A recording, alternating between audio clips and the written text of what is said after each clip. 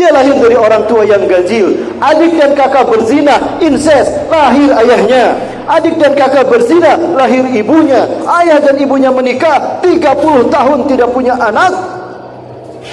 Ketika ibunya menstruasi, disetubuhi oleh bapaknya, hamillah sang ibu. Dan di waktu terjadinya petir, dar, hujan, badai, lahirlah dia di Samirah.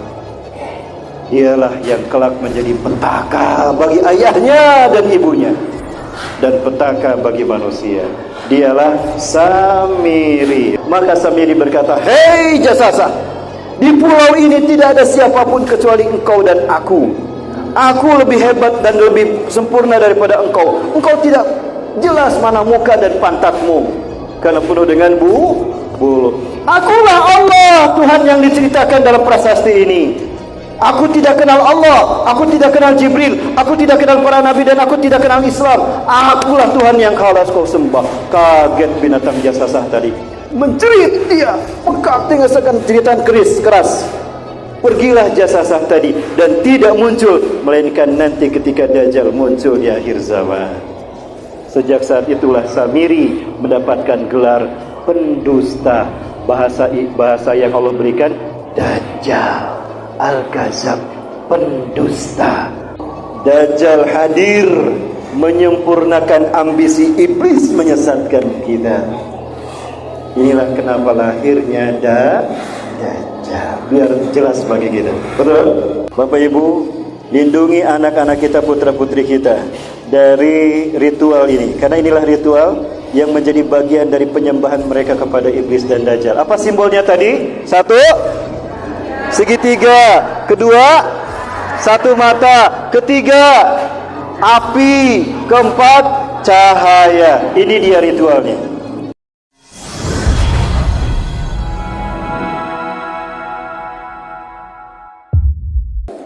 Assalamualaikum warahmatullahi wabarakatuh.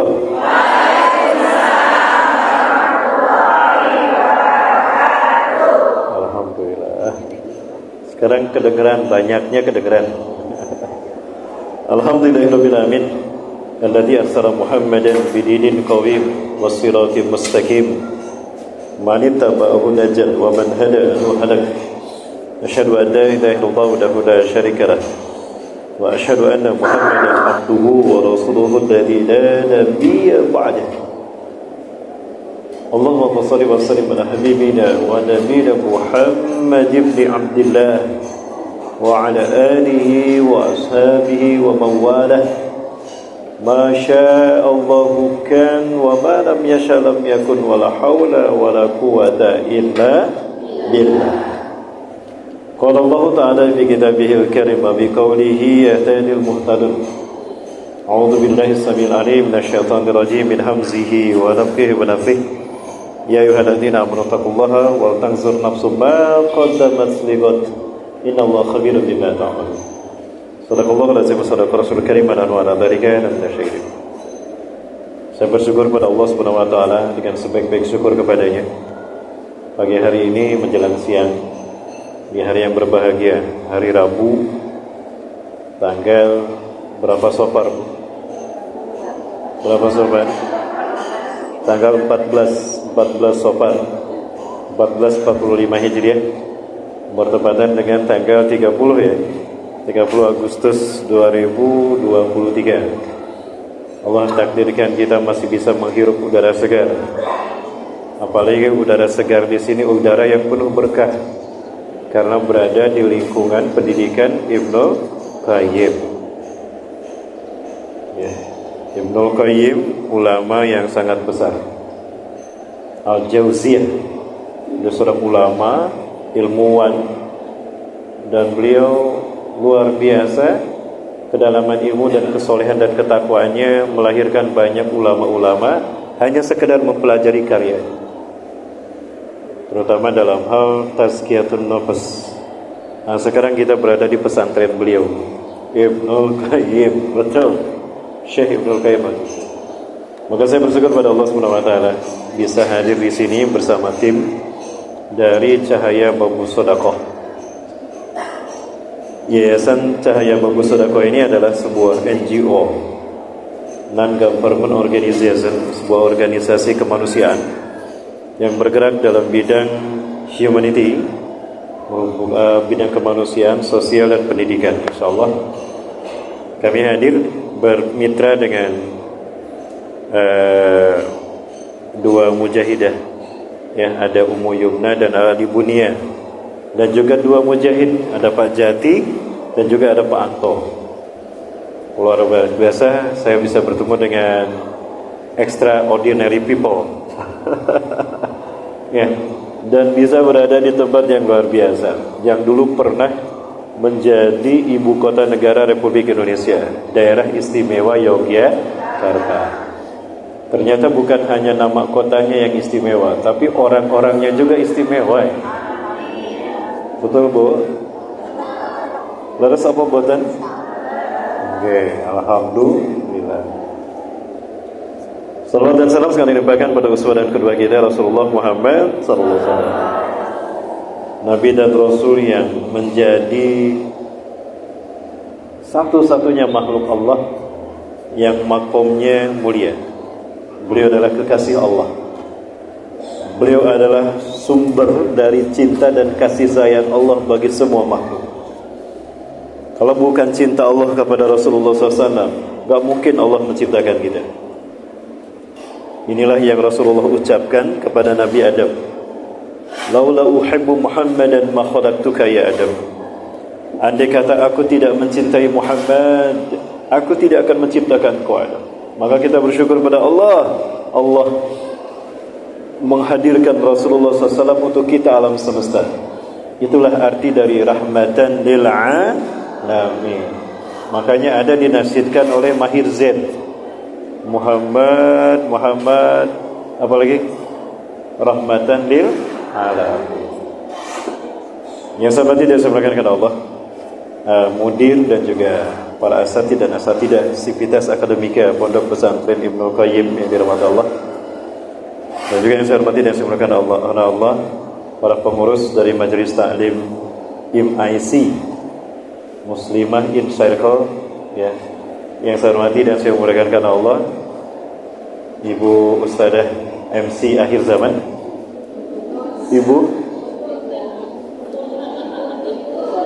Ibu Tutun, mohon maaf Bu, saya selalu Bunda bersama yang para pengurus. Saya sudah bisa lihat pengurusnya yang mana, yang dress code-nya pink sama hitam, gitu ya. Kalau saya tahu, saya bawa peci warna pink, biar sama. Hitamnya sudah sama, pinknya belum. Ya, juga yang saya hormati dan saya muliakan Allah, ibu-ibu dan bapak-bapak yang dirahmati Allah. Tapi sepertinya bapak-bapaknya cuma 2 orang nih. Ini pun yang kami bawa. Ya, karena memang kajiannya kajian muslimah ya. Kajiannya kajian muslimah, tapi judulnya luar biasa, extraordinary.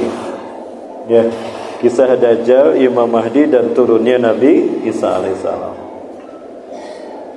Bu, nggak apa-apa materinya agak berat Bu.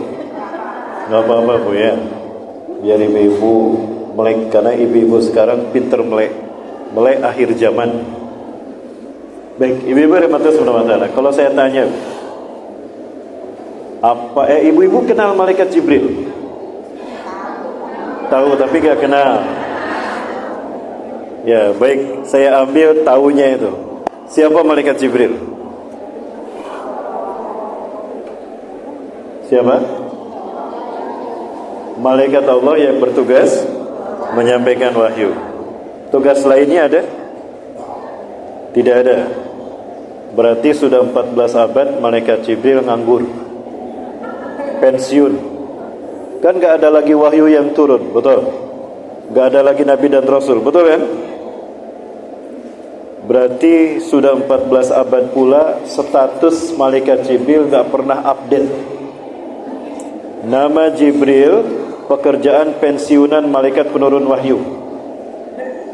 Jadi foto-fotonya adalah foto-foto ketika malaikat Jibril masih berdinas sebagai malaikat penurun wahyu. Gak ada yang update. Bu, Malaikat Jibril adalah malaikat yang paling banyak tugasnya ketimbang malaikat yang lain. Paling sibuk malaikat Jibril. Bahkan lebih sibuk dari malaikat Israel. Lebih sibuk dari malaikat Israel. Yang justru sekarang santai itu adalah malaikat Israfil. Karena kerjaannya nanti menjelang kiamat. Ya. Sekarang kerjaannya cuma satu, memegang sangkakala.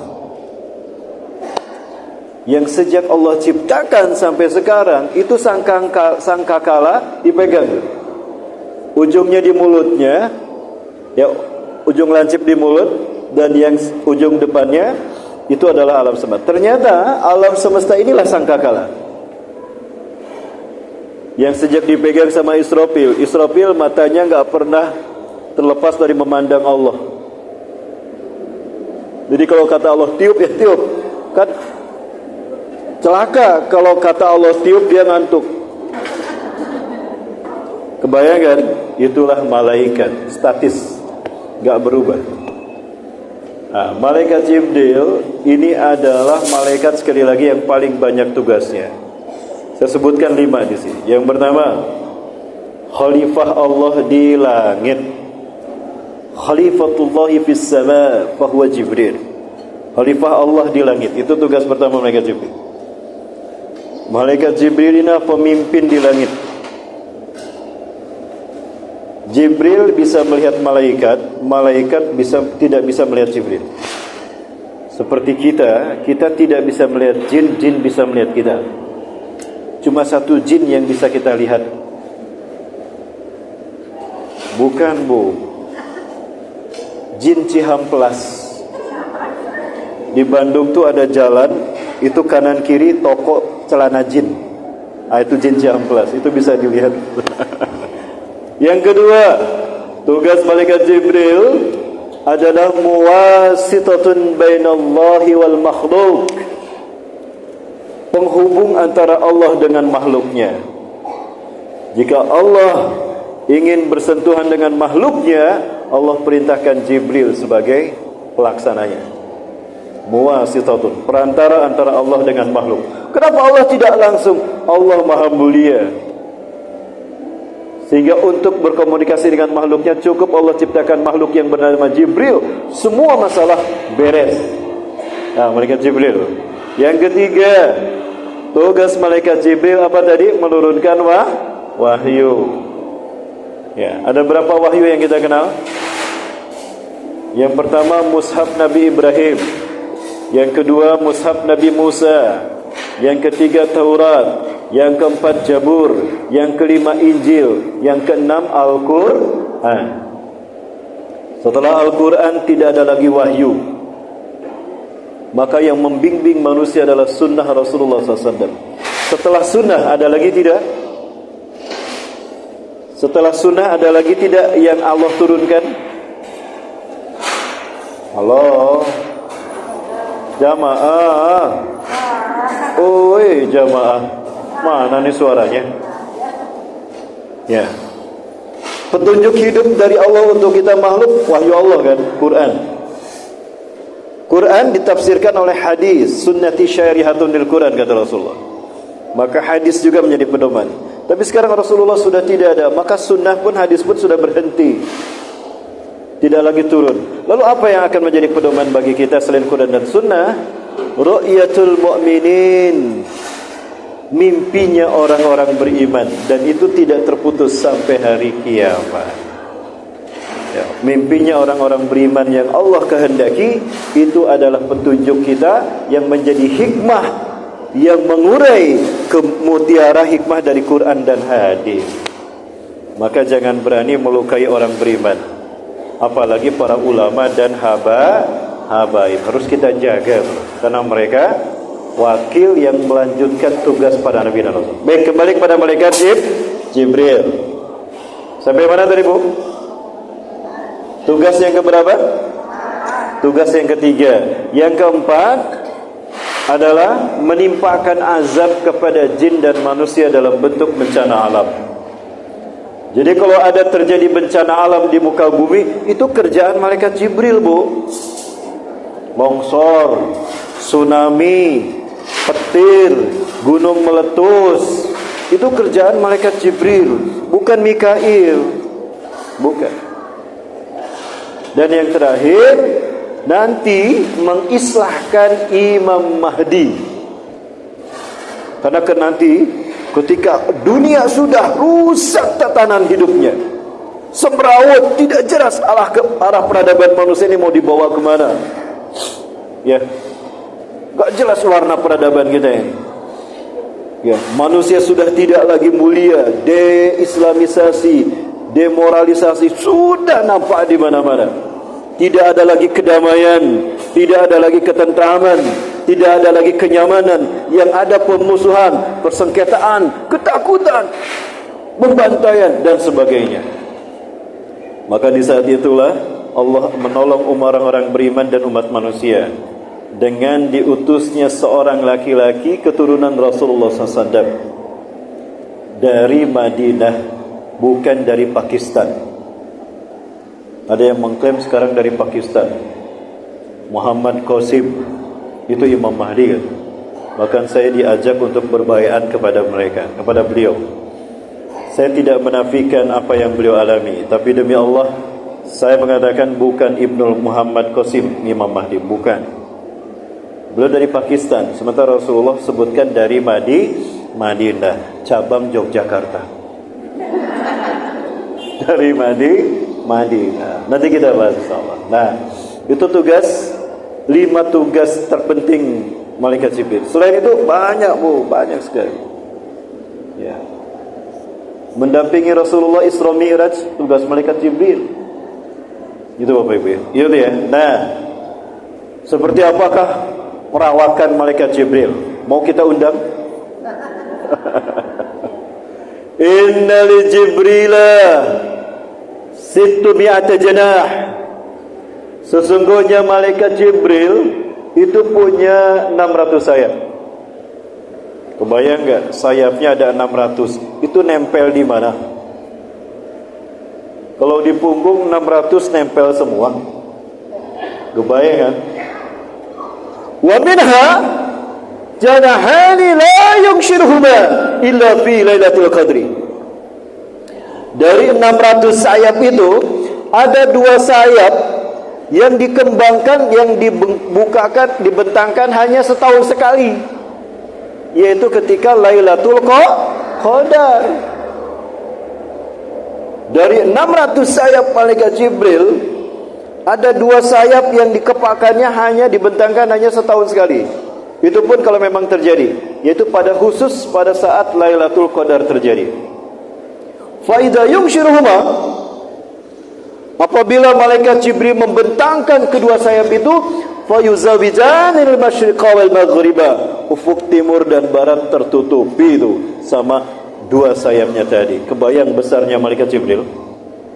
Itulah kenapa di saat Lailatul Qadar langit satu warna. Betul?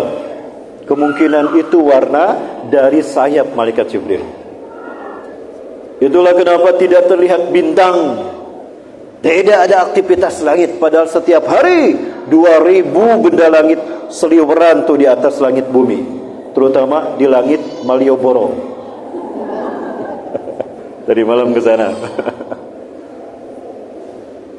Itulah kenapa di Lailatul Qadar terjadi. Di saat itu tidak ada binatang yang bersuara, tidak ada angin yang berhembus, pohon pun diam. Luar biasa. Pada saat itulah turun ribuan atau miliaran triliunan malaikat. Jumlah malaikat yang turun ke bumi, wa adaduhum aksara min adadil hasaf fil ard. Jumlah malaikat yang turun saat itu lebih banyak daripada kerikil yang ada di muka bumi. Bayang tidak jamaah? Luar biasa. Nah, mereka turun dipimpin malaikat Jibril. Itu juga tugas malaikat Jibril, Bu. Baik. Jamaah, masih bersama saya? Masih. Saya minta izin dulu nih. Ini mohon maaf untuk kameramen, nanti sibuk karena saya hilir mudik cawe-cawe ke sana kemari. Saya nggak mau diam, saya mau cawe-cawe dari sini ke situ. Jadi mohon maaf nanti kameranya ini. Apa namanya cawe-cawe? Oh, hilir mudik, kirain cawe-cawe. Bu, saya berdiri Bu ya, tuh kan jadi sibuk. Ini layarnya, kok ini kosong? Digeser aja ya. Jamaah. Ya, tidak mungkin saya membahas tentang Dajjal tanpa saya membahas tentang iblis. Nah sekarang kita kenalan dulu sama iblis, boleh? Ini pointernya, ini yang red. Oh, ini saya geser. tapi nggak pakai itu ya, apa ini ya? Yes, Ini Pak. magnetnya ada. Oh, ada magnetnya. Oh, tapi nggak apa-apa deh. Boleh, boleh, pakai. Dipasangkan aja.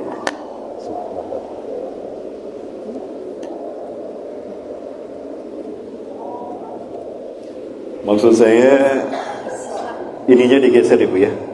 Bang, ininya kurang simetris.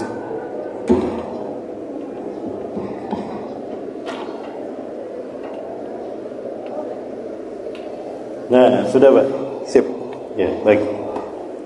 Kita sekarang tinggal di bumi. Qadarullah. Dari 8 apa 9? Dulu 9, ada Pluto. Sekarang Pluto sudah tidak dianggap karena sudah menghilang. Jadi anggota diri tata surya kita ada 8. Merkurius, Venus, Mars, Bumi, Jupiter, Saturnus, Uranus, Neptunus, Pluto udah nggak ada. Dari semua anggota tata surya kita, cuma Bumi yang bisa menopang kehidupan. Baik makhluk monoseluler atau bakteri Amoeba protis, Paramecium. Itu dulu yang sering saya lihat ketika saya praktikum. Saya dulu cita-cita ingin jadi dokter. Saya senang pelajaran biologi, makanya saya masuk jurusan biologi. Tapi nggak ada kampus yang menerima saya jadi dokter. Saya nggak diterima, diterimanya di kimia. Ya, tapi saya galau, lalu saya murtad dari kimia dan mu'alaf di tafsir hadis. Jadilah ustad. Padahal pengennya jadi dokter. Halo? Masih bersama saya?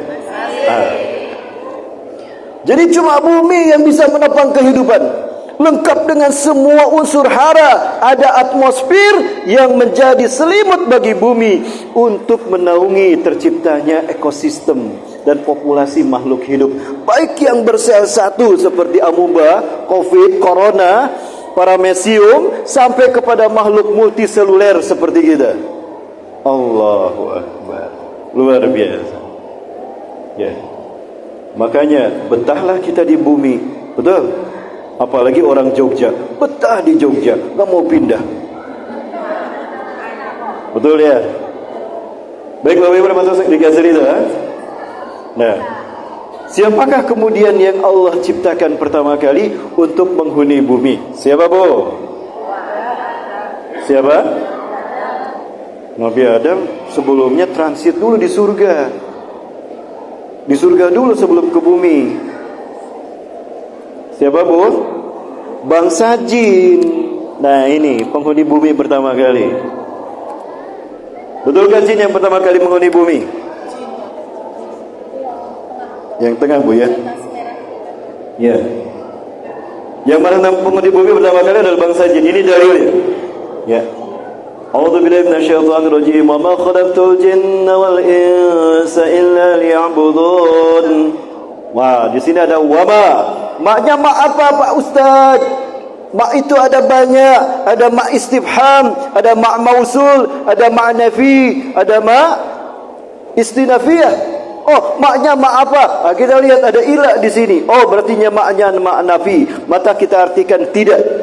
Wama, dan tidaklah khalaqtu, aku menciptakan al-jinna, jin dulu disebutkan baru wal insa dan manusia, illa liya'buduni. Di sini aslinya ada ya mutakallim, kecuali untuk beribadah kepadaku. Oh, berarti yang pertama disebut itulah yang pertama diciptakan. Tartibul dzikri fi hadhil ayah tadulu ala tartibul khalqi. Urutan penyebutan dalam ayat ini menunjukkan urutan yang pertama diciptakan. Yang pertama disebut jin apa manusia? jin. Ayat ini sehingga menjadi dalil kalau yang pertama dihadirkan di bumi adalah bangsa jin. Jun belakangan. Jin dan jun. Jadi jin dulu apa jun dulu? Jin dulu. Ayam dulu apa telur dulu? Ayam dulu apa telur dulu? Ayam dulu. Ayam dulu apa telur dulu? Salah bu, telur dulu bu. Kalau ibu belanja ke pasar, bu mau beli telur ayam apa ayam telur? Ya telur ayam, berarti telur dulu kan? Oh. Jawab. Apalagi ayat yang kedua, ini jelas surat Al-Hijr ayat 27. A'udzubillahi minasyaitonir rajim. Wal janna khalaqnahu min qablu min naris samum.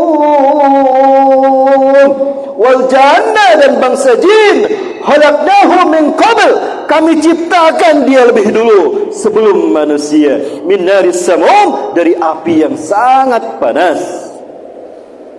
Nah, jadi di sini lebih jelas lagi. Jadi sebelum manusia lahir di muka bumi, bumi dihuni dulu oleh bangsa jin.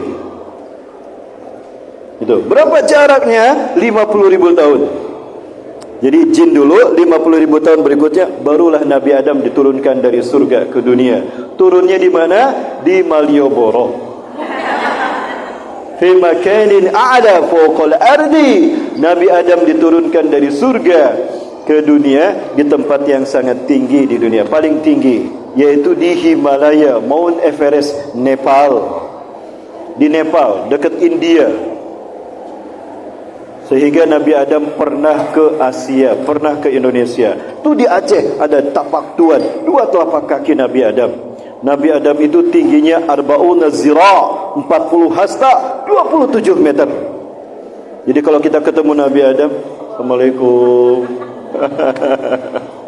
Umurnya 1000 tahun. Baik. Bangsa jin Allah perintahkan untuk beribadah kepada Allah. Tadi, wa ma khalaqtul jinna wal insa illa liya'budun. Lalu beribadah. Namun ternyata bangsa jin menyimpang. Mereka tidak menaati perintah Allah. Sedikit yang beribadah kepada Allah, maka Allah murka kepada mereka. Dihukumlah mereka, diazablah mereka. Jibril, ihmatilan adri. Ya. Ahlik man adalla wa yudillu fil jinni. Mungkin seperti itu. Jibril, turun kamu ke bumi, habiskan mereka yang maksiat dari bangsa jin, sisakan mereka yang beriman. Turunlah malaikat Jibril bersama pasukan malaikat menghukum bangsa jin yang maksiat dan kufur. Yang ingkar, betul-betul ingkar, dimusnahkan. Yang masih punya iman disisakan. Ternyata hanya sedikit yang punya iman, maka tinggal sedikit yang disisakan. Di antara bangsa jin yang harus dimusnahkan tanpa ampun adalah suku Al-Haris. Suku apa, Bu? Al-Haris. Udah ada ini ya? Nah, ini dia. Nah, ada suku Al-Haris yang harus dimusnahkan. Namun pada saat Jibril akan meratakan suku Al-Haris, ya, ada satu anak jin yang masih balita, bayi 50 tahun. Ya kan jin umurnya ribuan tahun. Jin umurnya ribuan tahun. Jin qarin Rasulullah SAW sampai sekarang masih hidup. Jadi balitanya 50 tahun. Sepakat? Sepakat? Halo? Kemana ini? Masih bersama saya? Mana kok hening sekali?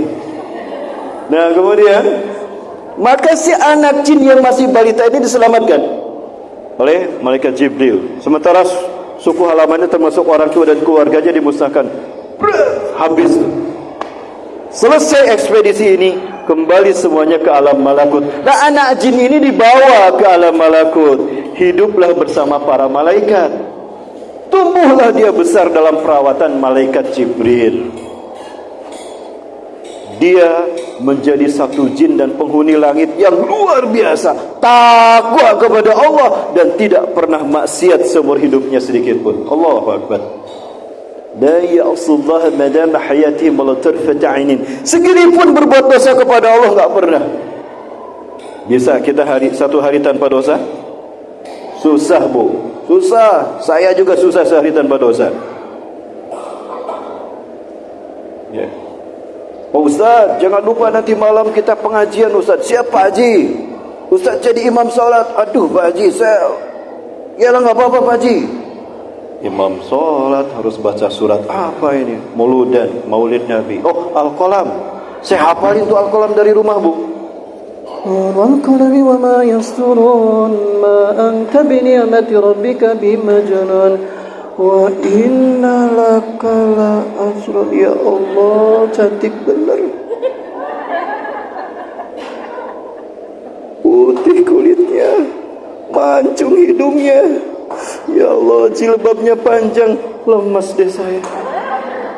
Ustaz juga manusia, Bu. Diklakson dari belakang, tetet Pak, mau maju nggak Pak? Itu udah hijau lampunya. Tunggu Pak, lemes nih, ada akhwat lewat. Rupanya istri saya yang lewat. Halo, gitu kan? Nah, itu gitu. Ajazil seumur hidupnya nggak maksiat kepada Allah, kalah malaikat oleh amal ibadahnya. Allah beri dia nama dengan nama yang terbaik, Azazil. Luar biasa. Allah beri nama Azazil. Azza yu'izzu 'aizan, mulia. Allah. Azazil yang Allah muliakan. Bagus namanya. Ustaz, saya pengen anak saya nanti kasih nama Azazil. Jangan, Bu, itu nama iblis. Bisa diikuti, Bu? Nah, selama Azazil hidup bersama para malaikat, di bumi sudah kembali penuh dengan bangsa jin. Karena bangsa jin sekali bereproduksi cepat, Bu.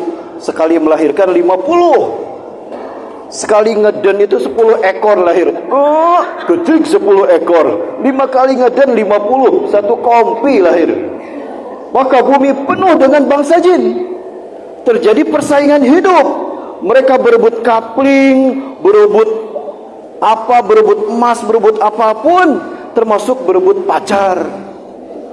Maka terjadilah peperangan sesama bangsa jin, terjadilah pertumpahan darah dan kerusakan di muka bumi. Allah kembali murka kepada mereka bangsa jin. Maka Allah utus kembali ekspedisi malaikat yang kedua, tapi kali ini tidak dipimpin Jibril. Tugas ini jatuh kepada Azazil, satu jin yang sudah dewasa. Turun dia memimpin pasukan malaikat, menghancurkan bangsanya sendiri, menghukum bangsanya sendiri yang maksiat. Maka sepilah bumi saat itu. Hanya segelintir jin saja yang tersisa agar tidak punah. Saat itulah Allah menutup kepemimpinan bangsa jin di muka bumi. Lalu Allah mengangkat pemimpin baru di muka bumi. Ya. Jadi tidak ada yang perpanjangan periode, tidak ada. Cukup sampai di sini. Betul. Berikutnya adalah pemimpin yang baru. Siapa? Saya siap maju. Masa gak ada yang pilih saya? Halo? Maka Allah berfirman, wa iz qala rabbuka lil malaikati inni ja'ilun fil ardi khalifah. Allah akan menciptakan khalifah di muka bumi. Ada dua respon yang berbeda. Allah akan menciptakan khalifah di muka bumi. Oh, ada pemilihan pemimpin baru di muka bumi. Wah, banyak yang cari popularitas. Ada dua respon yang berbeda. Respon para malaikat adalah qalu ataj'alu fiha man yufsidu fiha wa yasfiku ad-dima'.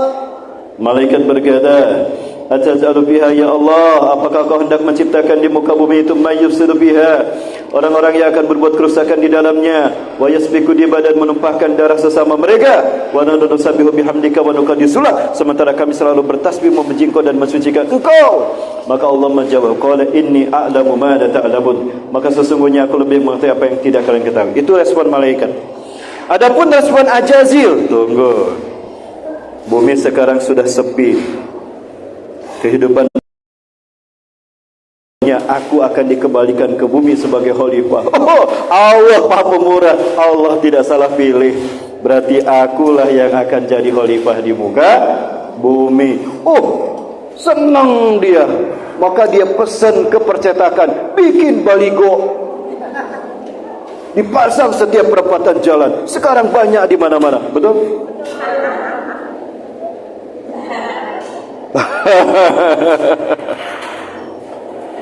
Halo? Gitu kan? Oh, bagi-bagi sembako tuh. Kenalkan, Ajazil, calon khalifah di muka bumi. Wah, Masya Allah. Tapi apa yang terjadi? Ternyata khalifah yang Allah maksudkan bukan Ajazil, tapi Nabi Adam alaihi salam.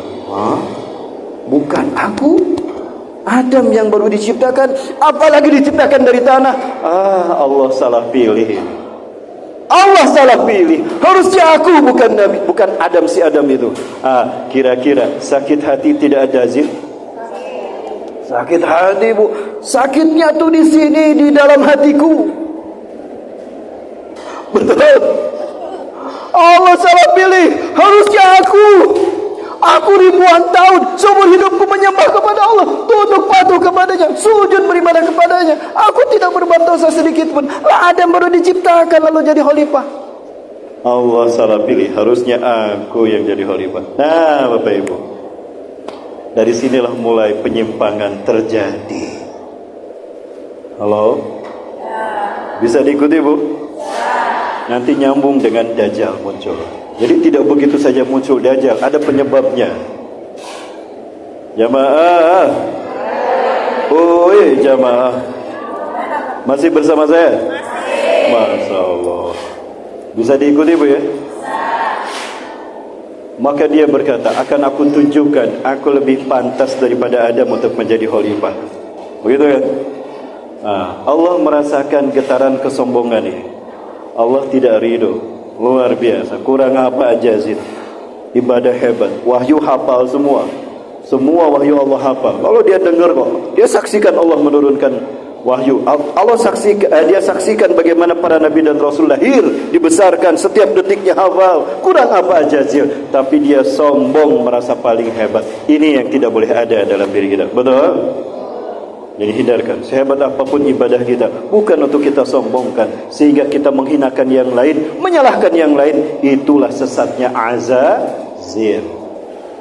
Allah tidak suka dengan sikap dia. Maka Allah uji keikhlasan dia beribadah kepada Allah.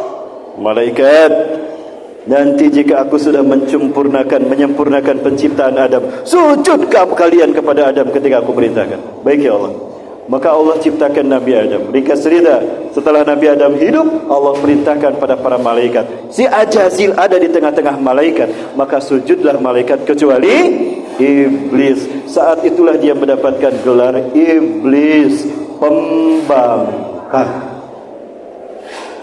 Gitu, Bu. Jadi iblis adalah gelar yang Allah berikan kepada makhluk yang bertakwa di langit, Ajazil. Dia menolak sujud kepada Nabi Adam. Sekali lagi ingat, dia menolak sujudnya kepada Nabi Adam. Kepada Allah Ajazil masih sujud. Kebayang tidak Bapak Ibu? Bu, tidak sujud kepada Nabi Adam disebut iblis. Lah, yang tidak mau sujud kepada Allah disebut apa? Bahaya iblis. Gitu ya, Bu? Baik. Nah, Bapak Ibu rahmati Allah Subhanahu wa taala, sejak saat itulah kemudian Allah tetap memilih Nabi Adam sebagai khalifah di muka bumi. Ya. Jawaban dari Allah ketika malaikat mengatakan, "Qalu atajalu fiha man yufsidu fiha wa yasfiku ad-dima'a wa nahnu nusabbihu bihamdika wa nuqaddisu lak." Allah menjawab, qala inni a'lamu ma la ta'lamun.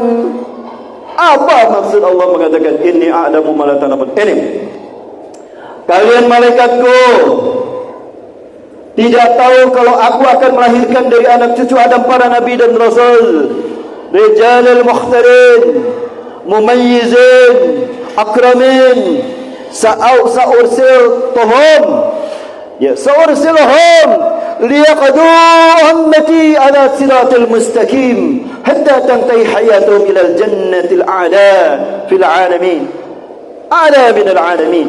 Kalian malaikatku tidak tahu kalau aku akan mengutus dari anak cucu Adam laki-laki istimewa pilihanku yang akan aku berikan wahyu agar mereka membimbing hamba-hambaku hidup dalam tauhid siratal mustaqim hingga berakhir hidup mereka di akhirat di surga. Kalian malaikatku tidak tahu aku akan melahirkan siddiqin, orang-orang yang membenarkan risalah dan kenabian para nabi dan rasulku. Kalian malaikatku tidak tahu aku akan melahirkan dari anak cucu Adam para syuhada, orang-orang yang berjuang membela kebenaranku dan kebenaran nabi dan rasulku sampai titik darah penghabisan mereka. Kalian malaikatku tidak tahu aku akan melahirkan dari anak cucu Adam para salihin, orang-orang yang mewujudkan iman mereka dengan kebajikan. Mereka menebar kebajikan dimanapun mereka berada. Kalian malaikatku tidak tahu ketika nanti kenabian itu berakhir sampai kekasihku Muhammad SAW, maka akan aku utus para ulama yang mewarisi perjuangan dan risalah para nabi dan rasulku. Kalian malaikatku tidak tahu ketika nanti dari anak cucu Adam akan aku lahirkan mukminin, orang-orang yang membangun hidup dan kehidupan mereka alal i'tiqad bi, atas keimanan mereka kepadaku. Kalian malaikatku tidak tahu kalau aku akan melahirkan dari anak cucu Adam kaum muslimin, orang-orang yang totalitas menyerahkan urusan hidup mereka kepadaku. Dan di akhir zaman malaikatku, kalian tidak tahu kalau aku akan memilih dari hamba-hambaku generasi terbaik yang akan aku kuatkan dengan hadirnya cucu cicit dari kekasihku Muhammad, Imam Mahdi, dan akan aku kuatkan mereka dengan turunnya Isa bin Maryam dari langit. Allah, hadhil maqasid allati tas'alunani wa la ta'lamuna bi. Inilah kemaslahatan yang aku maksud yang kalian tidak tahu malaikatku. Nah, Bapak Ibu yang dirahmati Allah, dari sini kita tahu arti khalifah di muka bumi. Ini loh Bu, jamaah, kira-kira nih, materinya mulai panas. Mulai panas materinya nih. Jamaah, kira-kira Ajajil iblis mau gak bergabung dalam sistem khilafah yang dipimpin Adam sebagai khalifahnya? Dia tidak mau. Dia tidak mau. Makanya dia ciptakan sistem hidup tersendiri, berbeda dengan sistem hidup Adam. Kalau Nabi Adam dan para nabi dan rasul berdasarkan wahyu, dia berdasarkan ra'yu dan hawa nafsu. Maka dia ciptakan jalan hidup tersendiri. Walaupun ujungnya ke neraka bukan ke surga, tapi dihiasi dengan sangat indah. Indah dalam pandangan syahwat manusia, gemerlap, lezat, mempesona, cantik-cantik, tampan-tampan, kaya raya. Di sini tempatnya. Yang sini susah, banyak ujian, ditangkap, dipitnah, dipenjara, dibunuh. Gak mau, pengen di sini. Betul? Inilah dua jalan kehidupan kita. Dari sinilah kenapa kita tahu ada hak, ada batil. Jamaah, bisa diikuti? Maka dia hiasi jalan ini walaupun ujungnya ke neraka, tapi indah, menggemerlap, menggiurkan. Maka banyak manusia yang lebih tertarik menjadi pengikut Ajazil ketimbang pengikut para nabi dan rasul. Maka muncullah orang-orang yang dengan terang-terangan menentang dakwah para nabi dan rasul, sekaligus menjadi musuh mereka. Di zaman Nabi Adam ada Ajazil, di zaman Nabi Ibrahim ada Namrus, di zaman Nabi Musa AS ada Fir'aun, ada Haman, di zaman Nabi Isa AS ada Yudas Iskariot, di zaman Rasulullah dilahirkan ada Abraha, di zaman Rasulullah SAW dakwah ada Abu Jahal, ada Abu Lahab, dan di zaman kita ada Abu Ada tidak? Ada Abu Jamban. Abu Jam? Saya nggak nyebut ya. Abu Jamban. Nah, dari sinilah kenapa ada kebatilan, ada musuh bagi para nabi dan rasul. Quran surat Al-An'am ayat 112. A'udzu billahi minasyaitonir rajim. وكذلك جعلنا لكل نبي عدوا شياطين الإنس والجن يوحي بعضهم إلى بعض زخرف القول غرورا. Al-ayat. Dan demikianlah telah kami jadikan bagi para nabi dan rasul musuh-musuh bagi mereka, setan-setan manusia dan setan-setan jin. Jamaah dibantu subhanahu wa ta'ala. Namun sehebat apapun Ajazil membuat propaganda dan tipu daya, jemaah, Ajazil tidak bisa sempurna mewujudkan ambisinya, karena dia ada pada dimensi gaib, tidak nyata. Betul? Sehebat apapun dia membuat tipu daya, tidak terasa sempurna karena dia di alam gaib, sementara makhluk yang ingin dia hancurkan di alam nyata. Maka dia harus punya pendamping dari kalangan manusia. Dia berharap ada sosok manusia yang menjadi kembaran dia seutuhnya.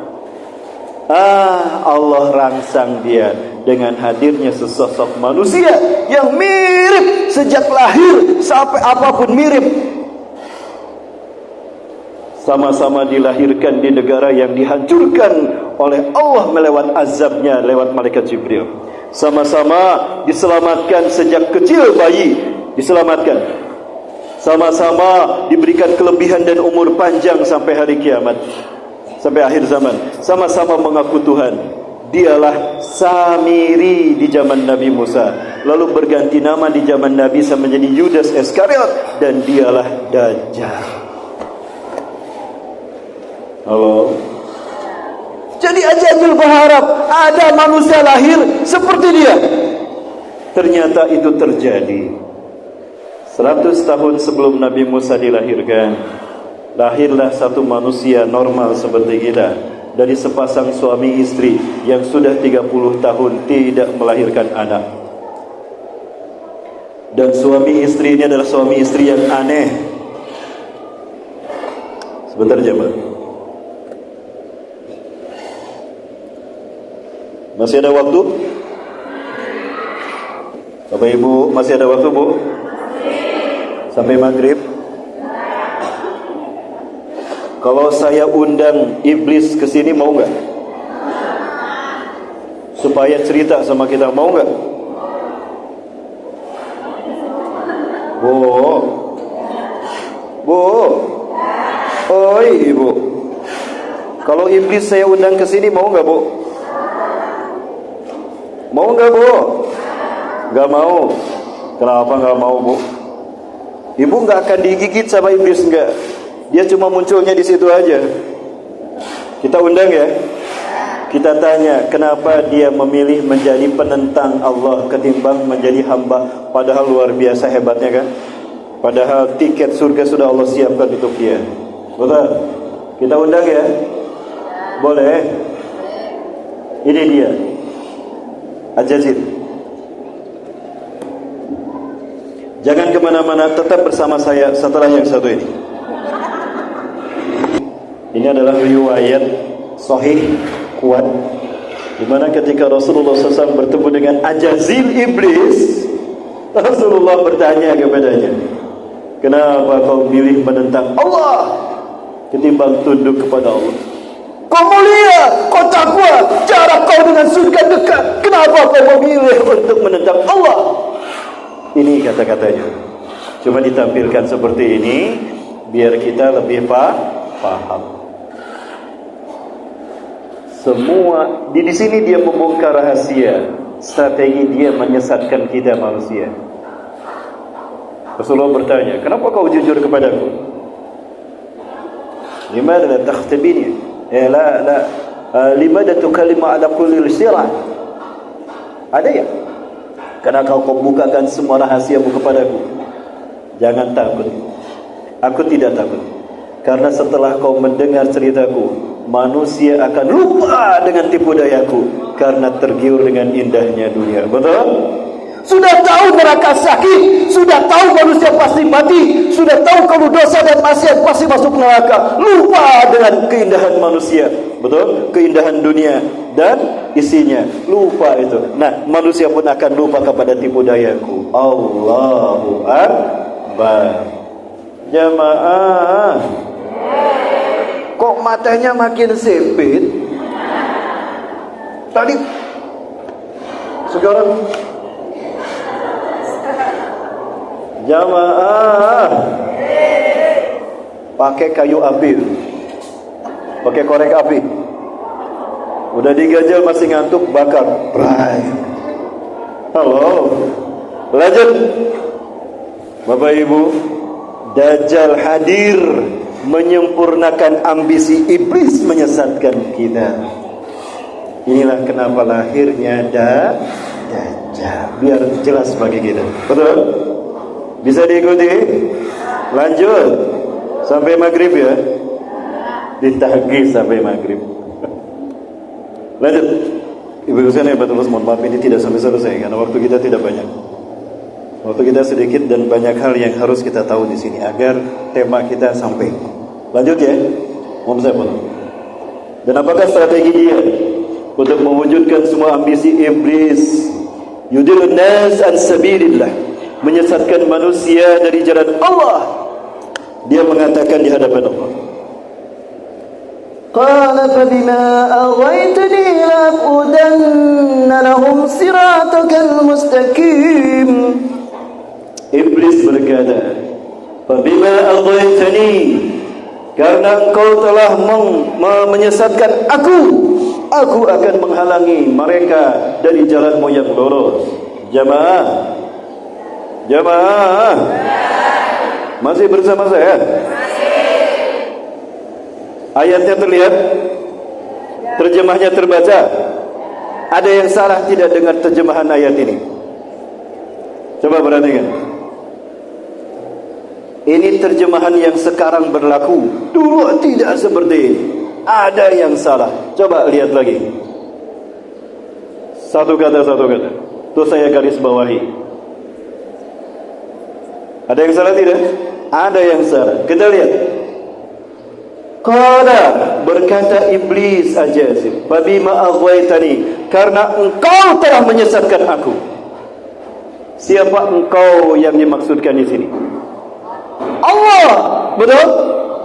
Karena Allah telah menyesatkan aku. Oh, berarti iblis ajazil tersesat menjadi iblis karena Allah yang salah. Betul? Ini terjemahan yang diinginkan kaum Yahudi, Zionis, kaum Kabalis. Ajazil tidak salah. Dia korban ketidakadilan Allah. Harusnya dia menjadi khalifah, bukan Adam. Maka kami para penyembahnya tidak mau menyebut Ajazil iblis.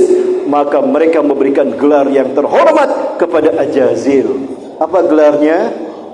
Ada yang tahu? Yang bisa jawab dapat hadiah umroh gratis. Gratis, Bu.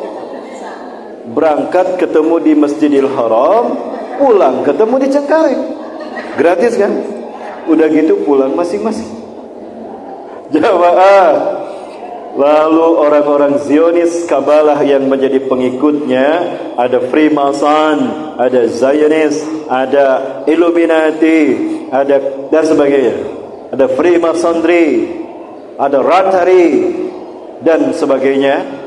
Itu memberikan gelar kepada iblis Ajazil. Bukan iblis, tapi Lucifer. Pernah mendengar? Itu dia. Jadi terjemah ini benar apa salah? Menurut saya keliru. Yang benar ini, Bapak Ibu sekalian. Inilah cara iblis menyesatkan kita. Dalam terjemahan pun mereka konspirasikan. Dan anehnya, saya tidak boleh mengedarkan terjemahan ini. Kami ingin membuat Quran betul sebagaimana kaidah bahasa Arab. Tidak boleh beredar. Dan yang boleh beredar yang tadi. Halo? Aneh kan? Inilah akhir zaman. Masih bersama saya, jemaah? Baik. Qala fa bima aghwaytani, berkatalah Ajazil, karena engkau ya Allah telah menghukum aku tersesat, perbuatanku tidak mau sujud kepada Adam, kau hukum sebagai kesesatanku, aku terima. Aku terima. La aqudanna lahum, sungguh aku akan halangi manusia siratal mustaqim, dari siratal mustaqim. Jamaah, apa arti siratal mustaqim? Jalan ya lurus, jalan tol, ring road. Bukan. Seperti apa siratal mustaqim itu? Ini jawabannya. Inna Allah Rabbi wa Rabbukum fa'buduh, hadha siratun mustaqim. Surat Ali Imran ayat 51. Inna Allah, sesungguhnya Allah Rabbi adalah Tuhanku, wa Rabbukum, dan Tuhan kalian, fa'buduhu, maka sembahlah dia. Hadha siratun mustaqim, inilah siratul mustaqim itu. Ali Imran 51. Kita bercepat, waktu kita tidak banyak. Kedua, surat Maryam ayat 36. Wa inna Allah Rabbi wa Rabbukum fa'buduh, hadha siratun mustaqim, dan sesungguhnya Allah adalah Tuhanku dan Tuhan kalian, maka sembahlah Allah, inilah jalan yang lurus itu, siratal mustaqim. Atau dalam surat Yasin ayat ke-66, Alam ahad ilaikum ya bani Adam an la ta'budu syaitan. Bukankah telah aku perintahkan pada kalian, hai anak cucu Adam, janganlah kalian sembah syaitan. Innahu lakum aduwwun mubin, dia sesungguhnya adalah musuh yang nyata bagimu. Wa anibuduni, dan hendaklah kalian menyembah aku. Hadza siratul mustaqim, inilah siratul mustaqim. Jadi siratal mustaqim yang kita baca 17 kali minimal dalam salat kita, artinya apa? Menjadikan Allah sebagai satu-satunya Tuhan yang disembah. Betul? Jadi siratal mustaqim itu adalah tauhid. Betul?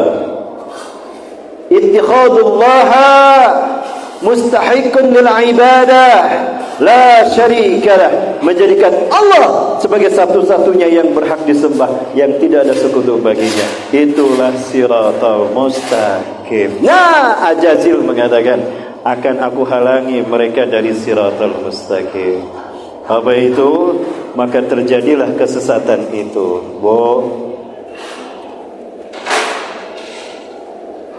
Bu, apa kemudian yang terjadi? Bu, ini apa, Bu? Matahari. Matahari adalah bintang yang terdekat ke bumi. Matahari adalah benda langit yang unsur terbesarnya api. Betul? Api.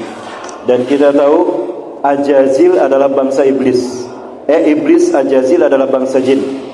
Kana minal jinni fafasaqa an amri rabbih. Dia adalah bangsa jin, kata Allah, dan dia menyalahi perintah Tuhannya. Jadi jin, Ajazil, iblis dari bangsa jin, dan jin Allah ciptakan dari api. Khalaqal insana min salsalin kal fakhar wa khalaqal janna min marijin min nar fa bi ayyi ala'i rabbikuma tukadziban. Kami ciptakan manusia dari sahabat tanah, dan kami ciptakan bangsa jin dari api yang panas. Oh, berarti matahari adalah simbol iblis. Maka apa yang dimaksudkan ketika Ajazil mengatakan, aku akan menjadikan mereka sesat dari siratal mustaqim? Artinya ada sosok lain yang disembah selain engkau ya Allah, dan sosok itu adalah makhluk yang kau ciptakan dari api, dan dia adalah dewa matahari yang lahir tanggal 25 Desember. Allahu Akbar. Jamaah, sudah mulai bisa diikuti? Sudah mulai nyerempet kepada Dajjal. Dajjal. Halo? Kok hening sekali ini jamaah? Masih bersama saya? Maka manusia disesatkan sepanjang peradabannya. Maka disesatkanlah manusia untuk menjadikan iblis sebagai Tuhan yang disembah selain Allah. Dia diciptakan dari api, dan wujud sosok api yang terlihat bukan dirinya, karena dia tidak terlihat. Maka dia ingin ada simbol yang menjadi wakil dia, dan itu adalah matahari. Karena unsur dasar matahari adalah api, dan matahari tenggelam di bulan Desember. Tanggal 22, 23, 24, 3 hari tenggelam, tidak muncul. Lihat, di bulan Desember tanggal 1 mendekat ke selatan, mendekat terus hingga turun di tanggal 22 Desember turun, tidak muncul selama 3 hari. 1, 2, 3. Selama dia tanggal 24 kemudian muncul bintang Cross. Dari mana asal ini? Dari sini, tanggal 24 Desember. Tanggal 25 dia muncul lagi, tapi ke arah utara. Dan itu membawa musim yang cerah yang ditunggu-tunggu manusia. Lahirnya matahari 25 Desember menjadi pertanda manusia memasuki aram yang baru. Bukan musim dingin yang selama 3 bulan mencekam, tetapi musim semi yang ditunggu-tunggu. Maka jadilah lahirnya matahari yang ditunggu-tunggu manusia. Sunrise, sun god, Sunday. Sunrise, sun god, Sunday.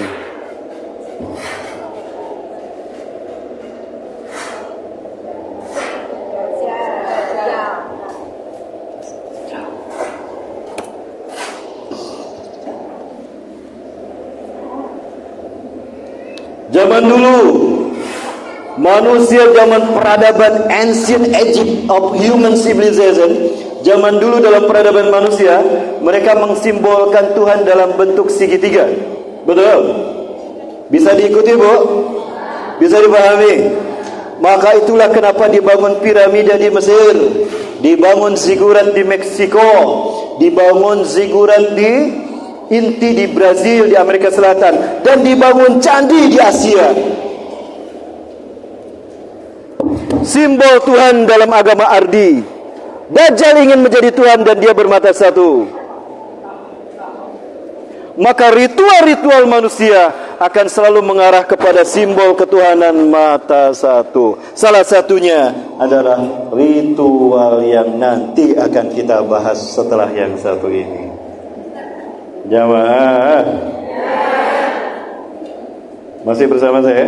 Selalu muncul matahari, segitiga, api, dan juga cahaya selalu muncul dalam ritual ketika manusia menyembah Tuhan penguasa alam semesta. Sekali lagi, maka matahari, segitiga, api, dan cahaya selalu muncul ketika manusia menyembah Tuhan penguasa semesta. Lihat di Mesir,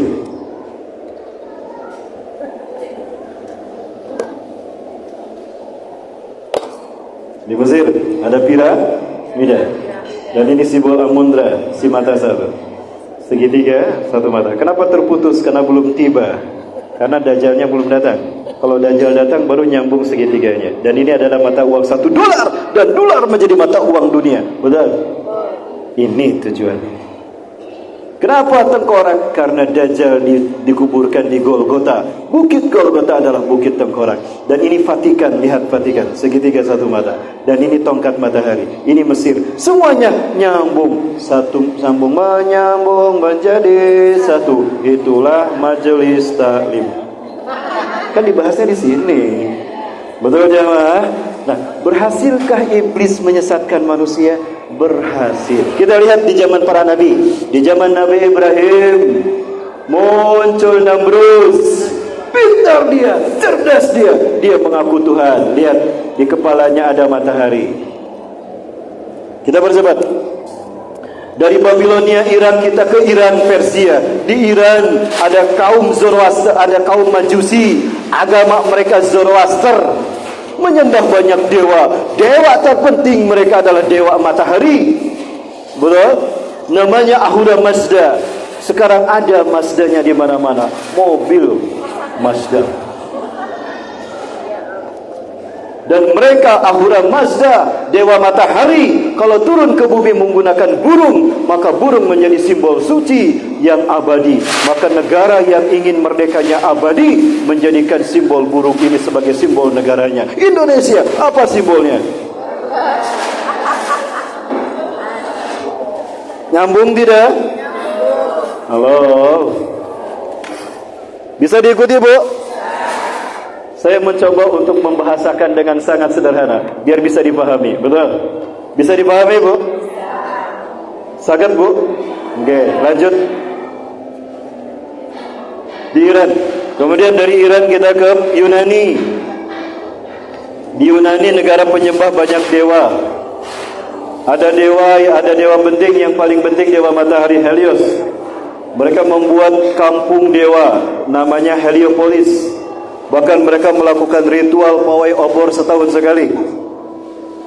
Dari ketua kampung ini diserahkan ketua kampung ini, terus sampai kepada kaisar. Kaisar menunggu di bukit Olympus. Ada yang menyerahkan itu, dipegang sama kaisar. Lampu obornya mati, tanda dia cuma 2 periode. Pengen panjang maka dinyalakan lagi biar 3 periode.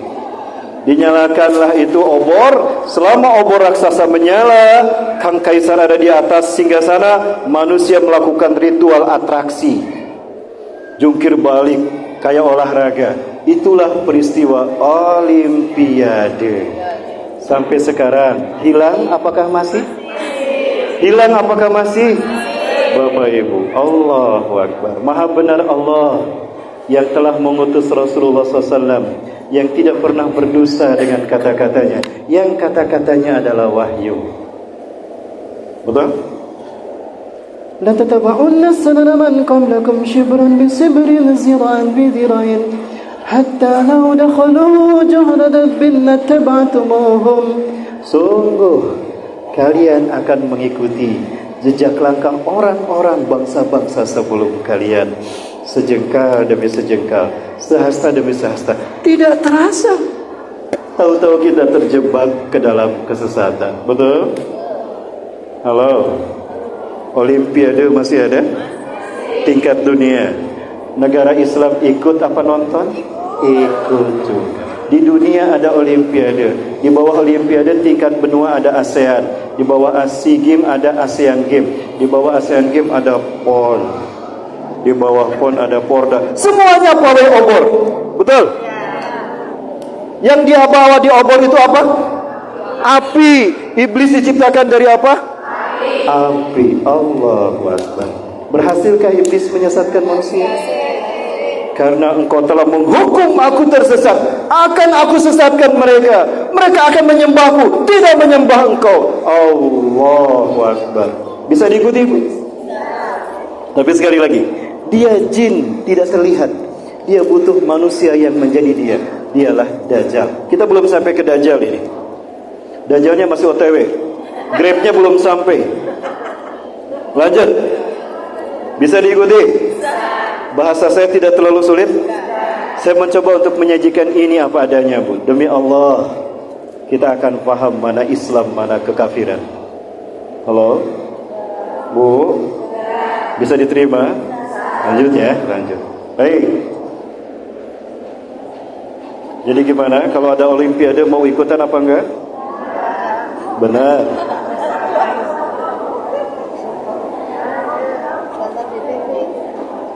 Tiga 30 menit lagi. Wah, sebentar lagi, Bu. Gak bisa ditawar. Bu, jam 11 selesai ya. Ibu-ibu dan teman-teman. Baik.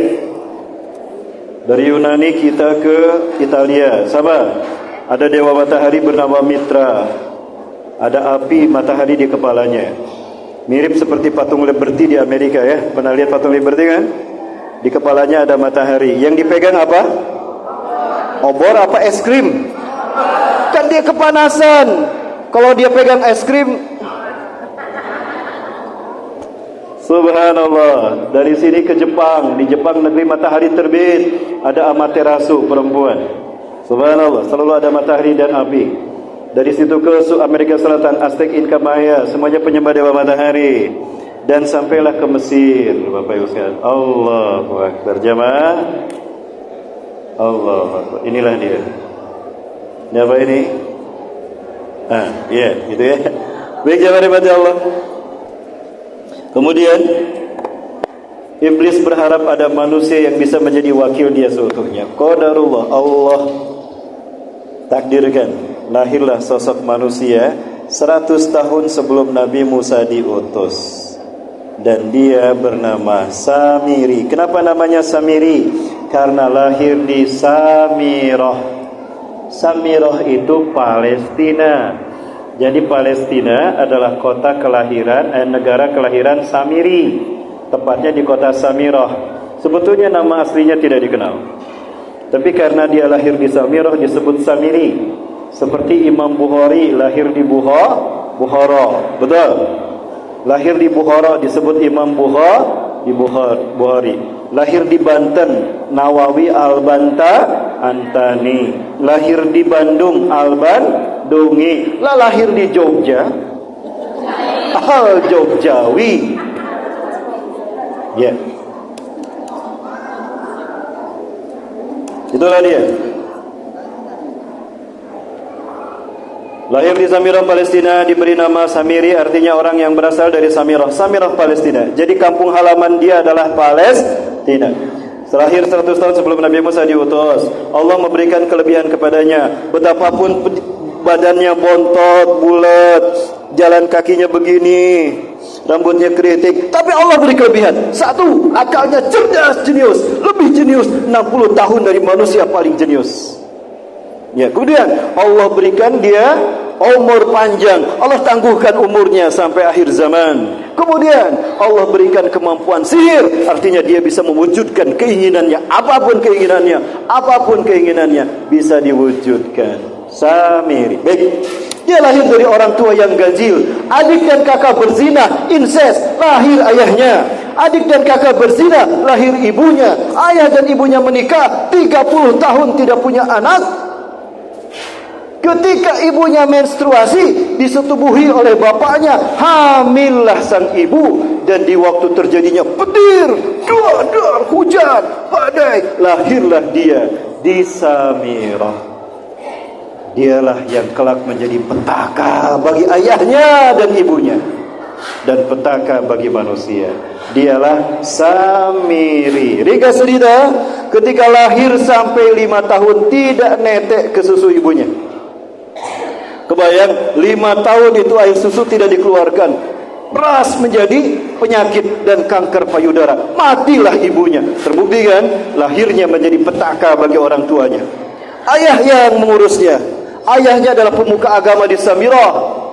Karena dia tidur terus, mati dia masih bernapas, dikatakan hidup, tidak bangun-bangun. Di saat usia 5 tahun, di saat manusia sedang tertidur, dia bangun. Pindah ke pangkuan dewa yang terbesar, Marduk. Tidur pindah di situ. Maka dia ngompol sama buang air besar di situ. Besoknya hari penyembahan kepada dewa Marduk. Kok bau pesing? Siapa yang kentut? Enggak, kamu kentut? Tidak, saya masih punya wudu. Ketika dilihat, ternyata di pangkuan dewa Marduk ada Samiri. Murkalah sang raja saat itu. Ayahnya ditangkap dan dipenjara. Karena tidak bisa membela, ayahnya pun dihukum mati. Maka dia si Samiri jadi yatim piatu.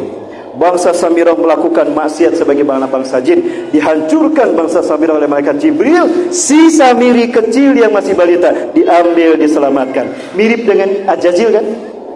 Kalau Ajajil diselamatkan ke alam malakut, kalau dia dibawa ke pantai sebuah pulau di laut Arab, Pulau Sokotra. Dia sama-sama diselamatkan oleh malaikat Jibril, sama-sama dilahirkan dari negara yang dihancurkan Allah, sama-sama diselamatkan malaikat Jibril, sama-sama dibawa ke tempat dan dipelihara, dibesarkan oleh malaikat Jibril. Jadi mereka mengaku saudara kembar. Dan ini simbolnya, saudara kembar. Iblis yang lebih tua, dia yang lebih muda. Nyambung tidak? Hati-hati. Kalau ada yang ngangkat tangan gini, minta dipilih, mau dipilih enggak? Jamaah. Aman. Lanjut. Jamaah. Disinilah dia dipelihara sejak usia 5 tahun sampai 20 tahun. Malaikat Jibril memberikan makanan minuman di sampingnya. Ketika dia bangun, ada makanan minuman diambil, ada minuman diminum. Besoknya ada makanan diambil, dia makan. Habis itu. Seperti itu. Kerjanya itu selama usia 5 sampai 20 tahun. Di usia 20 tahun dia melek. Oh, aku ada di mana? Aku ada di Pulau Socotra di Laut Arab, Yaman. Tidak ada siapapun di laut itu, di tempat itu. Nah ini Arab, ini Saudi Arabia, ini Yaman. Ya, ada Oman sana. Nah ini pulau. Ya, kemudian aneh di sana. Ini pasirnya, ini burungnya, ini kepitingnya, Mr. Crab, ini tarantulanya, dan ini pepohonannya. Seolah-olah dia berada di zaman purba. Memang, karena di pulau ini segala sesuatu diabadikan dalam usia tua, termasuk dia yang akan tua nanti. Itu Bapak sekalian mati Allah. Lalu kemudian muncul seekor binatang dahmatun kabirah, badannya besar penuh dengan bulu, kata Rasulullah SAW, dan dia bisa berbicara. Selama dia tidur, malaikat Jibril menuliskan prasasti tentang Islam dan Tauhid. Prasasti itu berisikan tentang Allah, siapa Allah, sifat-sifat Allah, Asmaul Husna, tentang para Nabi dan Rasul, kewajiban makhluk selain Allah, bahkan tentang Rasulullah SAW, dan tentang dirinya sendiri, dituliskan oleh malaikat Jibril. Lalu siapa yang mengajarkan prasasti tadi? Binatang ini, inilah binatang yang bernama Jasasah. 1 dari 10 tanda besar kiamat akan terjadi. Jadi Dajjal lahir berbarengan dengan lahirnya binatang ini. Binatang inilah yang Allah perintahkan melalui malaikat Jibril. Jibril suruh Jasasah mengajarkan tauhid kepadanya. Maka diajarkanlah oleh binatang ini. Tapi apa yang terjadi? Kata binatang ini, Bapak Ibu, ini asli, ini di Filipina. Akhir Agustus muncul binatang ini. Saya merinding Bapak Ibu sekalian. Dialah yang mengajarkan prasasti kepada siapa? Kepada Dajjal, kepada Samiri. Namanya masih Samiri. Prasasti pertama, panel pertama berisi sifat Allah, la ilaha illallah. Panel kedua tentang sifat-sifat Allah dan kewajiban manusia menyembahnya. Panel ketiga berisi tentang dia diurus oleh Allah, diceritakan diurus oleh malaikat Jibril atas perintah Allah. Tentang dia, panel keempat, panel kelima tentang kenikmatan yang Allah berikan. Panel keenam tentang kewajiban ibadahnya kepada Allah, dan panel ketujuh tentang para nabi dan rasul Allah.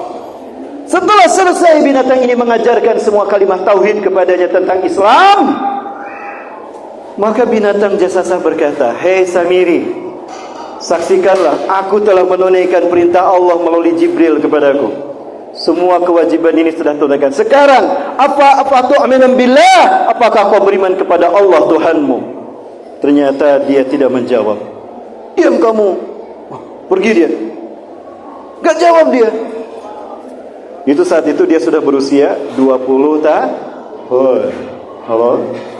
Masih bersama saya? Ya. Kemudian besoknya datang lagi.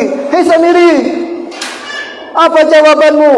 Kalau kamu beriman kepada Allah, maka kamu akan menjadi mukmin terhebat imannya, karena ajalmu ditangguhkan sampai akhir zaman. Tapi jika kamu tidak beriman, terkutuk engkau bersama iblis temanmu, saudara kembarmu, nanti di dalam neraka." Tapi ternyata dia tidak menjawab. Hari ketiga datang lagi binatang Jasasah dan bertanya lagi, "Famadal jawab ya Samiri? Apa jawabanmu hai Samiri? Kenapa kau diam saja?" Maka Samiri berkata, "Hei Jasasah, di pulau ini tidak ada siapapun kecuali engkau dan aku. Aku lebih hebat dan lebih sempurna daripada engkau. Engkau tidak jelas mana muka dan pantatmu, karena penuh dengan bulu. Akulah Allah, Tuhan yang diceritakan dalam prasasti ini. Aku tidak kenal Allah, aku tidak kenal Jibril, aku tidak kenal para nabi, dan aku tidak kenal Islam. Akulah Tuhan yang harus kau sembah." Kaget binatang Jasasah tadi. Menjerit dia, pekak dengan jeritan keras.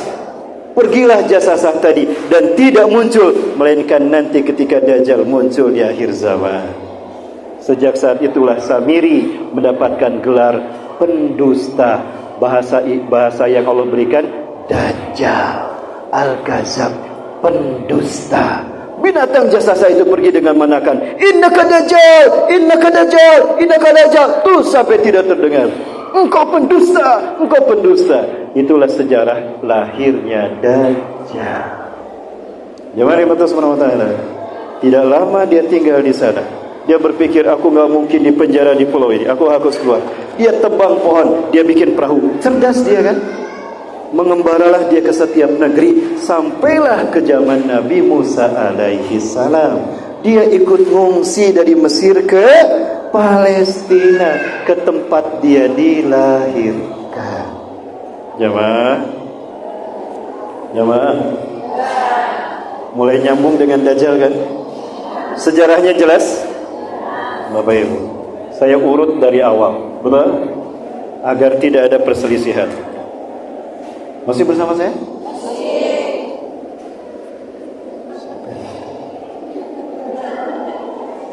Masih banyak waktunya? Bapak Ibu rahmati Subhanahu wa taala. Apa tadi?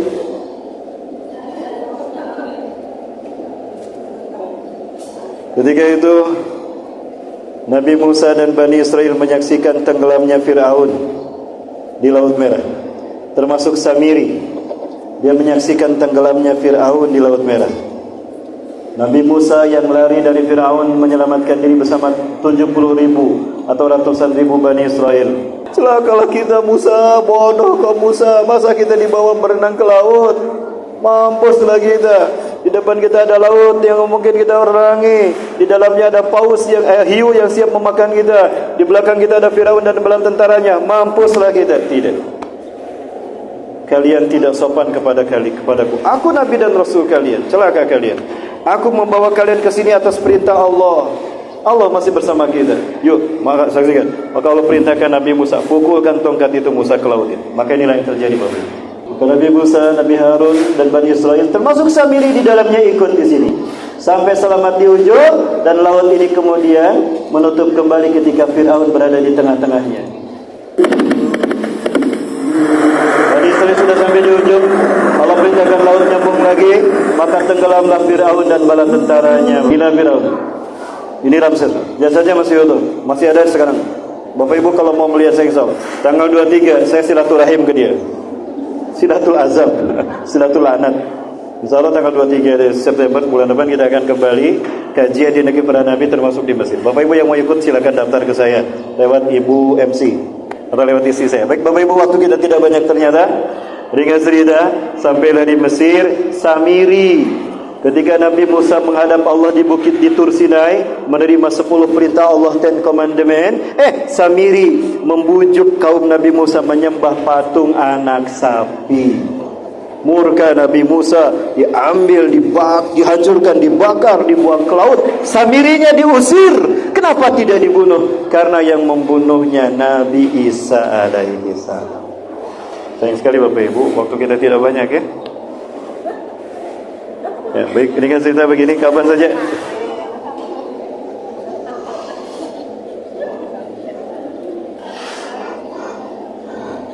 Baik, baik, Allah. Ya, sengaja saya sampaikan seperti ini, biar nanti saya diundang lagi ke sini. Biar nanti kita kajian lagi. Intinya Bapak Ibu rahmati Allah,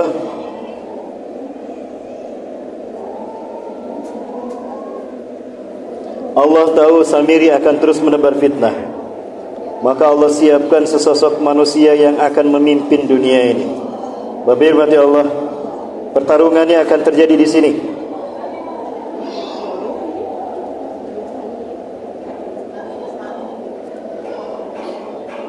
Nah, di sini ada sebuah masjid yang akan menjadi tempat Allah turunkan Nabi Isa alaihissalam. Tempatnya di Suriah, ini Suriah, dan ini Damaskus ibu kotanya, dan di atasnya ada Aleppo. Di sinilah terdapat masjid yang mempunyai menara putih. Saat itu qomat sudah dikumandangkan. Allahu Akbar, Allahu Akbar, asyhadu an la ilaha illallah, wa qad uqimatus shalah. Itu salat subuh. Wa imamukum minkum, dan imamnya adalah seorang sahabat. Siapa? Muhammad bin Abdullah, cucu cicit Rasulullah SAW. Luruskan, rapatkan saf solat kalian.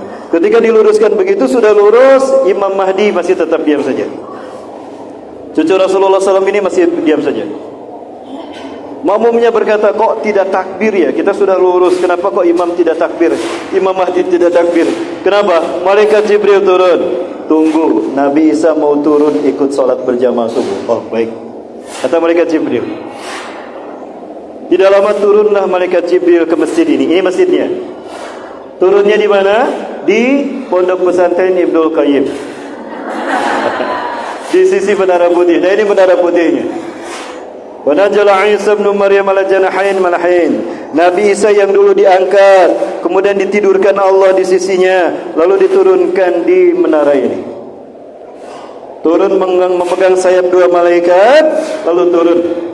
Dan Imam Mahdi mengatakan, Assalamualaikum ya Nabi Allah. Waalaikumsalam. Turun Nabi Isa, ikut berjamaah. Silakan imami kami. Ternyata Nabi Isa menolak solat, menolak menjadi imam. Imam Mahdi didorong, kamu ke depan, aku bukan imam kalian.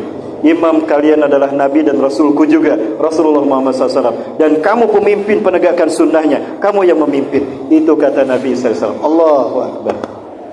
Luar biasa mulianya Rasulullah SAW. Selesai solat, apa kata beliau? Ibtahil bab, buka pintu masjid ini. Ketika pintu masjid ini dibuka, maka tampaklah Dajjal dengan 70.000 pasukannya. Sayati alaikum Dajjal wa yattabi'una sab'una Arab al-Yahud min Bani Isfar ala jabhatil Fars. Akan datang kepada kalian Dajjal diikuti oleh 70.000 pasukannya. Orang Yahudi dari suku Isfahan Iran menggunakan jubah Iran Persia. Begitu pintu ini dibuka, harum tuh napas Nabi Isa alaihissalam, membuat orang-orang pasukan Dajjal tadi mati seketika.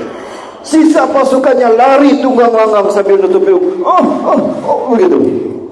Dikejar oleh pasukan kaum muslimin. Walau yahtabi min syajar wa hajar taqulu syajar wa hajar. Walaupun bersembunyi di balik batu dan pohon. Batu dan pohon berkata, "Sini, muslim, sini. Hei hamba Allah, sini. Di belakangku ada Yahudi. Bunuh dia." Dibunuh. Dajjal mencair tubuhnya. Karena sadar Nabi Isa sudah turun, berarti kematiannya tiba. Lari dia. Pasukannya pun habis, kecuali ada satu pohon yang tidak ngomong, dan itu adalah pohon Gorkon, pohonnya Yahudi. Ya, lari ke sana kemari, meninggalkan masjid ini, dan akhirnya Dajjal tidak bisa lari. Di pintu Ludlah Dajjal terdampar, sudah lemas, tidak bisa lari. Di pintu Lud itulah Nabi Isa membunuh Dajjal. Kamu yang menuduh saya Tuhan, plus kamu yang menuduh saya anak Tuhan, plus kamu yang menuduh saya satu dari 3 Tuhan, plus kamu yang menebarkan petaka fitnah atas namaku Al-Masih, plus mati dia di pintu Lud, 13 mil. Subhanallah, 2 kali saya melintas Lud, ada banyak pintu. Salah satu pintu itu bertuliskan ini. Apakah di pintu gerbang ini nanti Dajjal membunuh Nabi Isa? Allahu a'lam. Jamaah, matilah Dajjal saat itu, dan tidak ada lagi fitnah kecuali fitnah Ya'juj dan Ma'juj yang terakhir. Jadi Nabi Isa masih hidup, ada di sisi Allah sekarang sedang tidur. Ali Imran 55. Imam Mahdi adalah keturunan Rasulullah SAW dari Hasan, Al-Hasan yang dilahirkan di Madinah, dan saya yakin dia sudah ada. Pertanyaan saya, kapan Imam Mahdi akan datang? Tahun depan insya Allah, di saat kita pemilu. Betul? Iya Bu, Ibu gak percaya? Percaya tidak?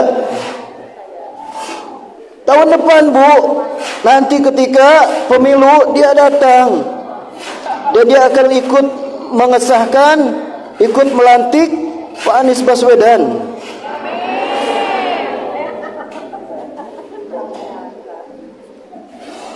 Nih, baik, terakhir Bapak Ibu dari saya. Terakhir. Ini kita hitung sama-sama.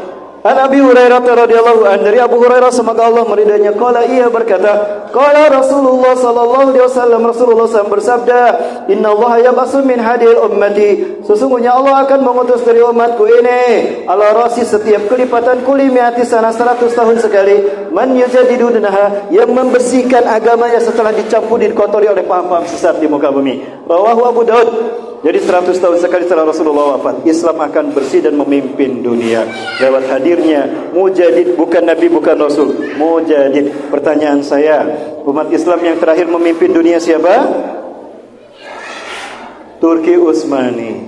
Turki berakhir tanggal 3 Maret 1924. Betul? 3 Maret 1924. Sekarang andai kata 3 Maret 1924 ditambah 100 berapa? 1924 tambah 100 berapa? 2024. Ini matematikanya benar. Versi KPU apa versi sekolah? 2024. Artinya kapan? Tinggal menghitung bulan. Apakah tahun depan peristiwa ini terjadi? Allahu Akbar. Saya tidak yakin. Yang saya yakini telah dekat waktu kejadiannya. Betul? Dan insya Allah kalau kita ketemu lagi, tadi sudah saya bahas Iblis, Dajjal, Imam Mahdi dan Nabi Isa kan? Nanti kita bahas 3 pasukan Nabi Isa. Siapa saja? Nah, nanti kalau ketemu lagi, maka undang lagi saya ke sini. Ya, undang lagi sama MIC, Muslimah in Circle Present. Ya, nanti kita bahas 3 pasukan itu. Kisi-kisi dari saya. 3 pasukan itu, 1 dari bumi Syam, Palestina, Suriah, 2 Khorasan, Afghanistan, 3 dari Yogyakarta. Demikian barangkali yang dapat saya sampaikan. Maka apa yang harus kita lakukan? Hindari apapun fitnah yang menjadi bagian dari fitnah Dajjal. Satu saja Bapak Ibu tadi yang saya bahas. Ini saya tutup dengan satu tayangan ini. Hanya 1 menit. Bapak Ibu, lindungi anak-anak kita, putra-putri kita dari ritual ini. Karena inilah ritual yang menjadi bagian dari penyembahan mereka kepada iblis dan Dajjal. Apa simbolnya tadi? 1, segitiga. 2, 1 mata. 3, api. 4, cahaya. Ini dia ritualnya.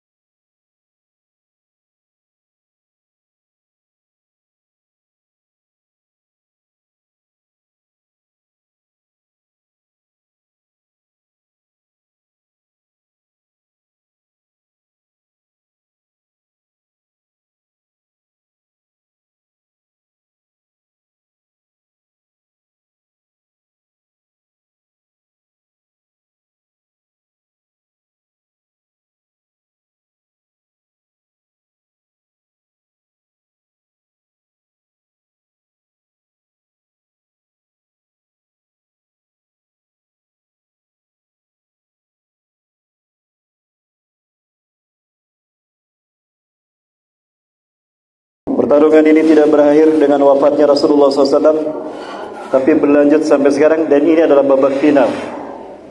Bagaimana perasaan kita? Pertarungan ini akan melibatkan langsung iblis dan dajjalnya muncul di hadapan kita. Subhanallah. Itulah kenapa kami hadir. Kami dari Yayasan Cahaya Bagus Sedekah dibantu oleh Ibu Nia dan Pak Jati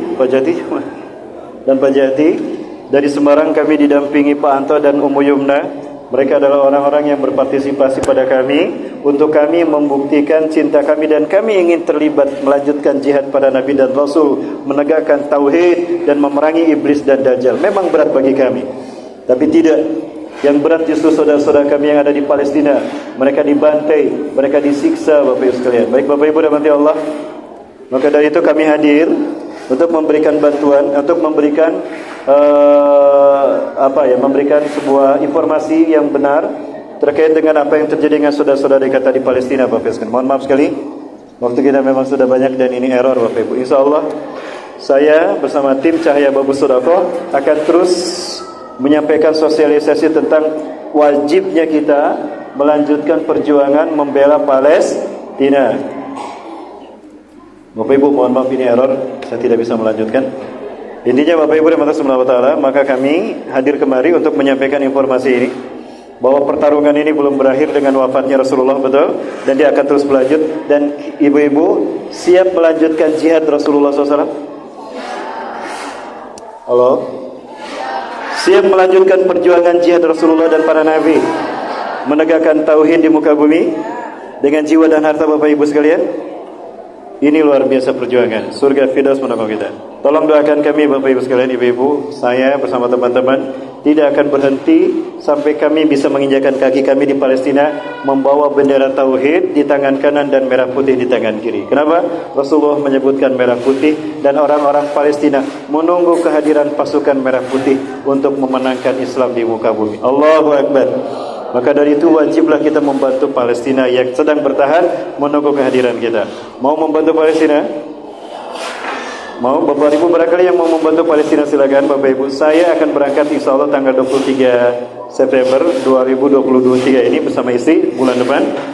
Barangkali ada Bapak Ibu yang ingin memberikan bantuan, Ustaz titip buat saudara kami di Palestina. Tadinya ingin saya perlihatkan bagaimana penderitaan saudara kita di sana, tapi karena waktu kita tidak cukup dan juga mohon maaf ini juga error menandakan memang saya harus segera pamitan Bapak Ibu. Mohon maaf ini tidak ada pertanyaan. Bapak Ibu yang mau memberikan donasi silakan lewat tim MIC atau lewat saudara kami ada minta kepada teman kami nomor rekening. Yang Bapak Ibu ingin membantu silakan kirimkan ke sana. Nanti saya sendiri yang akan menyampaikan dan akan saya liput untuk memberikan bantuan, kesaksian bahwa bantuan ibu-ibu sekalian sudah kami sampaikan. Itu barangkali yang dapat saya sampaikan, lebih dan kurangnya mohon maaf. Juga ada oleh-oleh dari Palestina. Batu Mi'raj yang dinaiki Rasulullah ketika Isra Mi'raj itu harumnya minyak kasturi. Nah ini minyak kasturi yang saya bawa. Bapak Ibu yang ingin tahu seperti apa harumnya minyak kasturi yang dinaiki Rasulullah ketika Isra Mi'raj di Palestina, di Masjidil Aqsa, ini ada minyak wanginya. Itulah kenapa Rasulullah menggunakan minyak wangi ini. Ini ada di depan. Dan juga Bapak Ibu yang ingin sehat walafiat terus tanpa obat kimia, silakan ada herbal yang dulu diminum oleh Nabi Musa alaihissalam. Bapak Ibu inilah herbalnya ada. Bapak Ibu yang membeli ini berarti Bapak Ibu ikut membantu kami berjihad membebaskan bumi para nabi dan rasul. Demikian dari saya. Mohon maaf atas kekurangannya. Yang benar dari Allah, yang salah kodipan saya pribadi dan saya istighfar. Astagfirullahaladzim. Hadanallahu wa yakum azun wa kum minkum. Assalamualaikum warahmatullahi wabarakatuh.